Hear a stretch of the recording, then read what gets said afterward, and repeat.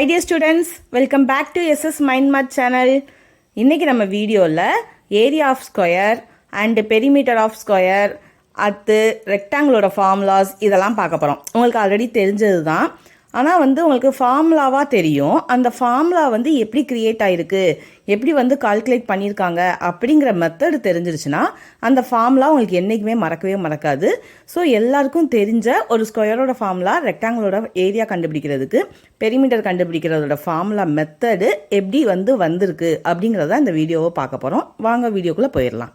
இப்போ நம்ம என்ன பார்க்க போகிறோம்னா, ஒரு ஷேப், அந்த ஷேப்பை 1 டைமென்ஷனா 2 டைமென்ஷனா டைமென்ஷன், அதோட டைமென்ஷனை பார்க்க போகிறோம். அப்புறம் அதோட ஃபார்முலா பார்க்க போகிறோம். இப்போ 2 டைமென்ஷனுக்கும் சில இது பார்க்க போகிறோம், கொஞ்சம் 3 டைமென்ஷனும் பார்க்க போகிறோம். ஃபஸ்ட்டு 2 டைமென்ஷன் பார்ப்போம். இப்போ இது ஏரியா ஆஃப் ஸ்கொயர். உங்களுக்கு இது எல்லாருக்குமே தெரிஞ்ச பேசிக்கான ஒரு விஷயந்தான். ஏரியா ஆஃப் ஸ்கொயர் அப்படின்னா இப்போ இதான் ஸ்கொயரு. ஸ்கொயரோட மெயின் இதே என்னென்னா, எல்லா சைடுமே ஈக்குவலாக இருக்கும். இப்போ இங்கே 3 சென்டிமீட்டர் இருந்ததுன்னா இங்கேயும் 3 சென்டிமீட்டர் தான் இருக்கும், இங்கேயும் 3 சென்டிமீட்டர் தான் இருக்கும், இங்கேயும் 3 சென்டிமீட்டர் தான் இருக்கும். இது உங்கள் எல்லாருக்கும் தெரியும். சரி, ஓகே. இப்போது ஏரியானா என்ன, பெர்மீட்டர்னா என்ன? இப்போ இது ஃபார்முலா. இப்போ ஒரு வேளை இந்த இது நான் 3 சென்டிமீட்டர் எடுத்திருக்கேன்னு வச்சுக்கோங்க. அப்போ எல்லாருக்கும் தெரியும், இது 3 சென்டிமீட்டர், இது 3 சென்டிமீட்டர், இது 3 சென்டிமீட்டர். ஏரியா அப்படின்னா 3 சென்டிமீட்டர் 3 சென்டிமீட்டர்.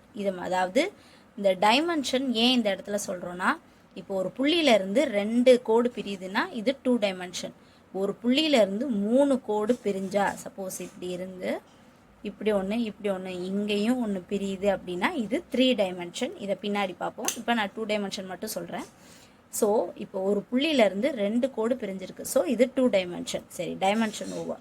இப்போது இதோட உள்ள ஏரியா எவ்வளோ இருக்கும் அப்படின்னு பார்த்தா, இப்போ ஏ இன்ட்டு இந்த 2 டைமென்ஷன் மட்டும் எடுத்துக்கோங்க, இதோட மட்டும் எடுத்துக்கோங்க. அப்போ ஏ இன்ட்டு ஏ ஸ்கொயர். இங்கேயும் ஏ தான், இங்கேயும் ஏ தான், இங்கேருந்து பார்த்தாலும் ஏ இன்ட்டு ஏ ஸ்கொயர் தான். சரி, எப்படி அப்படின்றது இன்னும் தெளிவாக சொல்லணும்னா, இப்போ ஒரு வேளை இங்கே 3 சென்டிமீட்டர் நான் எடுத்திருக்கேன்னு வச்சுக்கோங்க. எல்லா இடமுமே 3 சென்டிமீட்டர் தான்.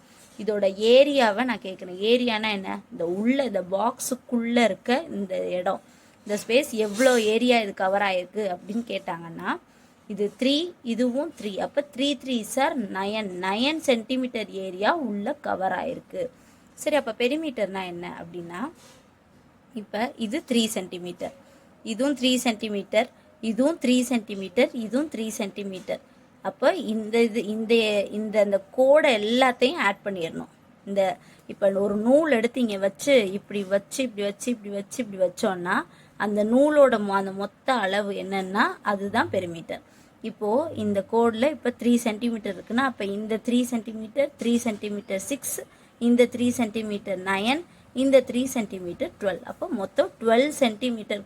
அந்த நூலளவும் இந்த கோடும் ஈக்குவல் பண்ணிங்கன்னா உங்களுக்கு புரிஞ்சிடும். இப்போது இந்த கோடோட அளவு 3 3 3 3. அதுதான் அந்த 4 பக்கமும் 3 யூஸ் பண்ணியிருக்காங்களே, இந்த கோடோட அளவை மட்டும் சொல்கிறது தான் பெரிமீட்டர். அப்போ 4 தடவை 3 யூஸ் பண்ணியிருக்காங்க. அப்போ 4 3 சார் 12. புரியுதா? அப்போ 3 × 3 9ன்றது என்னன்றதுனா இந்த உள்ள ஸ்பேஸை கவர் பண்ணுற ஏரியா தான் 9. அதுதான் ஏ இன்ட்டு ஏ ஸ்கொயர். இதுதான் ஸ்கொயர் ஃபார்முலா. இதே இது ரெக்டாங்கிள் ஃபார்முலான்னா உங்களுக்கு தெரியும், அதே தான். ஏரியா 2 டைமென்ஷனாக பிரியுது, எல் இன்ட்டு பி ஏரியா இல்லையா? இப்போ 4 × 3 இருக்குன்னு வச்சுக்கோ. அப்போ 4 3 சார் 12. உள்ள ஏரியா 12 சென்டிமீட்டர். இப்போ பெரிமீட்டர் அப்படின்னா 4 + 3 + அந்த கோடோட அளவு மட்டும்தான் பெரிமீட்டர். 4 + 3 + 4 + 3 அதுதான். இப்போ 4 + 3, அப்போ 4 + 3 7. அதே மாதிரி தான் இங்கேயும் 4 + 3 7 + 7 ஃபுல்லாக பார்க்கையில் 14 சென்டிமீட்டர். அவ்வளோதான் ஃப்ரெண்ட்ஸ். அதாவது ஏரியானா என்னென்னா, ஏன் மல்டிப்ளை பண்ணுறோம் அப்படின்னா, இப்போ 4 இங்கே 3 இருக்குன்னு வச்சுக்கலாம்.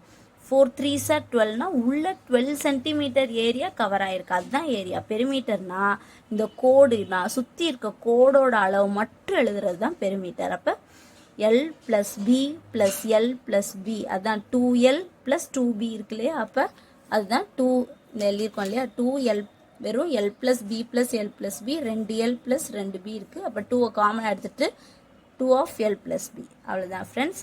அடுத்து நம்ம கியூபாய்ட் ஃபார்முலா பார்ப்போம். அதுக்கப்புறம் நான் கியூப் ஃபார்முலா எக்ஸ்பிளைன் பண்ணுறேன்.